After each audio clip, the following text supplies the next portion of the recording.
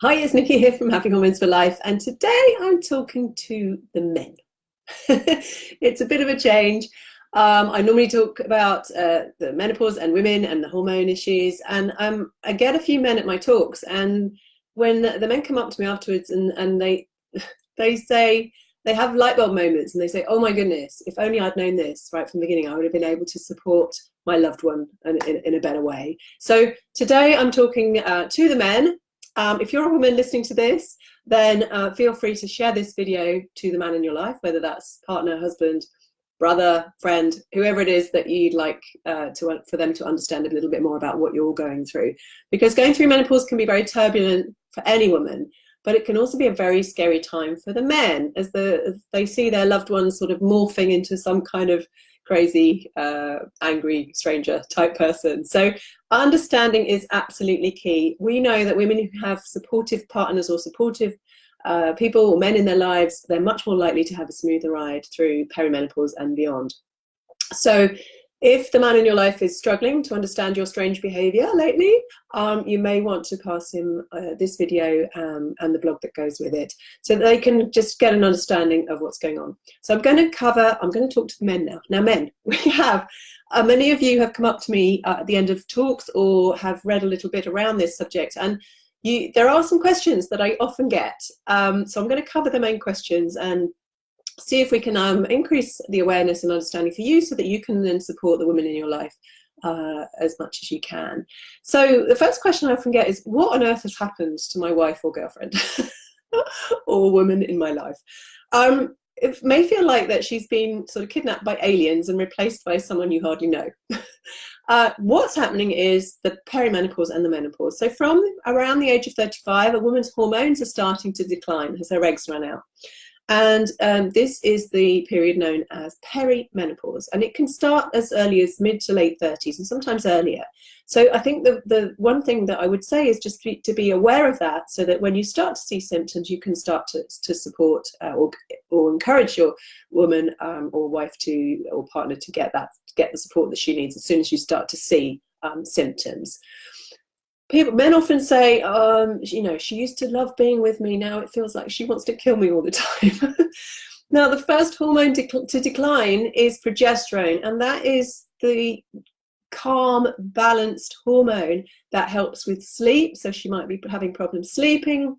That helps with mood and stress levels. So, she may be having a little bit more anxiety, mood swings, and stress in her life. She might also have increased PMS, things like heavy periods and cramping and bloating. Her estrogen levels are also fluctuating, and this can affect her brain neurotransmitters too. So this can affect the moods even more, make her a bit more emotional and anxious and quick to react to things. It's not personal. She can't help it. But if you are likely to be the first one in the firing line if you're around her a lot and you're her loved one. So try and be patient and listen. Encourage her to talk about it, and ask her what you can do to help. And remember, this isn't going to last forever. It is a transition. And the one thing not to tell her to do is to calm down. This could end badly. The next thing I get a lot, the question I get a lot is about waking up in the night. So you might be asking things like, she's waking up in the night sweating and insisting on getting up and changing the sheets. This wakes me up as well, and I'm just feeling more and more exhausted. So what can happen here is the estrogen levels are fluctuating, and this can mess with her body thermostat, and she can get hot flushes and night sweats. These are really horrible to experience, especially when you're in public during the day, and really frustrating at night when you're both waking up in a wet bed. So there are lots of natural remedies that she can try, which can reduce the frequency. So get her some mini fans. There are brilliant hot flush technology nightwear now around from companies like Become and Cucumber Clothing that really soak up the flushes. And stress management is key. Sleep routines are key. If you're feeling exhausted by it all, just imagine how she's feeling. The next one is about intimacy. A lot of the men I see ask me about whether their partners are even fancying them anymore, or whether she might have someone else. The sex life seems to go A1, and the intimacy goes with it. So it's not you she doesn't fancy, it's probably just the act itself. So hormone imbalances are exhausting, so she probably just wants to collapse at night. Low estrogen and testosterone can decrease sex drive, and also make it a little bit painful due to dryness. Now, there are lots of natural remedies for this, but also remember that, again, this is a phase. Hopefully it will pass. And she may just be needing a bit of reassurance. She may have gained weight, or she might have some extra wrinkles, and she might be feeling a little bit unattractive. So you're going to need to make an extra effort to be romantic and reassure her that she's still beautiful and attractive, and that just to get that intimacy back, and be very, very patient. And cuddles are really important, and always telling her how attractive she is. This may do the trick, but if not, let it go and do not make her feel guilty. Next one is about anxiety. A lot of men feel that their partners are feeling much more anxious and worried about everything, and feeling that they've kind of lost perspective, lost the plot. So just want to get you in a woman's shoes. Imagine like that you've lost your identity, that you're feeling so ill at ease in your own body, you kind of hating the person you're turning into, but not being able to do a damn thing about it. I mean, of course, that's going to make you a bit jittery. She may be scared and confused, and terrified that it's going to last forever, that she's changed forever. And that can translate into feelings of fear and anxiety about everything, pretty much.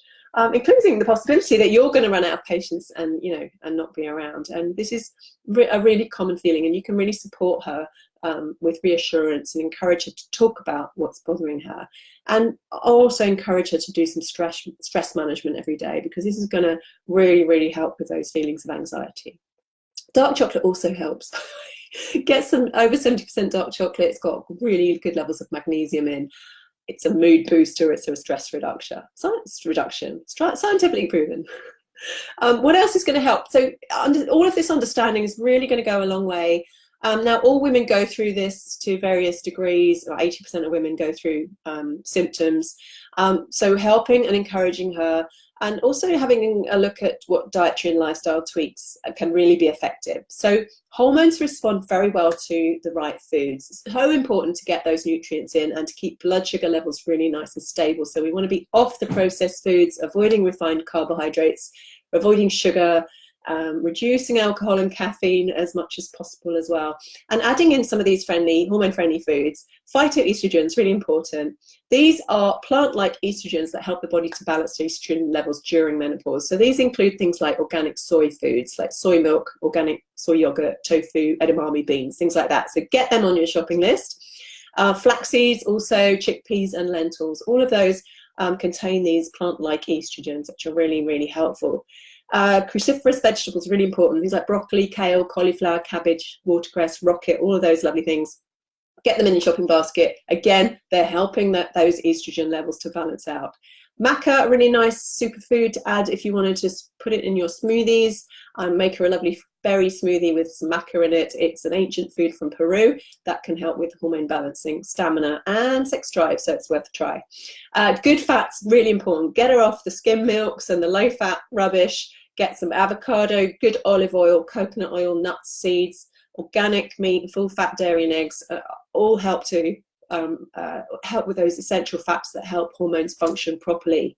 Avoid all low-fat and diet products, because they're just going to they're going to contain high amounts of sugar, carbs, and kind of artificial sweeteners and rubbish.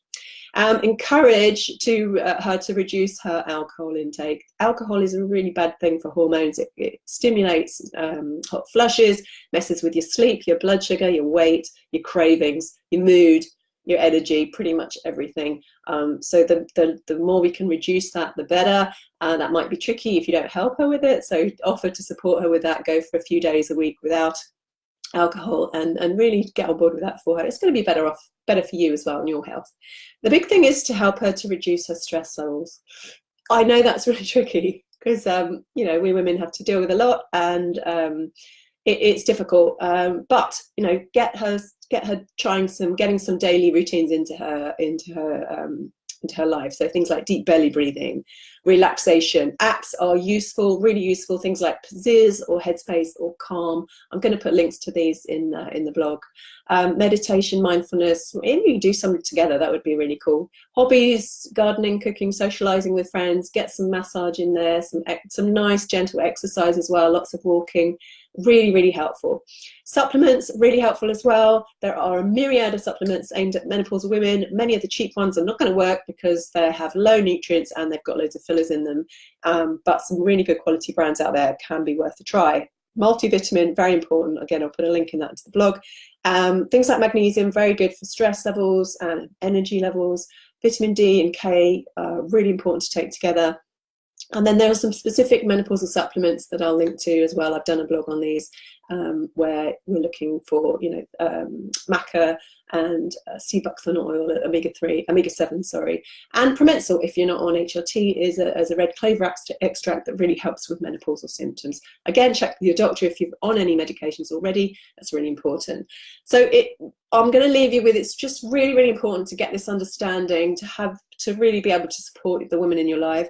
And if symptoms do persist, really encourage her to see a knowledgeable doctor or a specialised health practitioner. We deal with or help menopausal women every single day. So we help with testing and we help with personalised plans for diet and lifestyle and supplements. So if you want to get in touch with us, do that.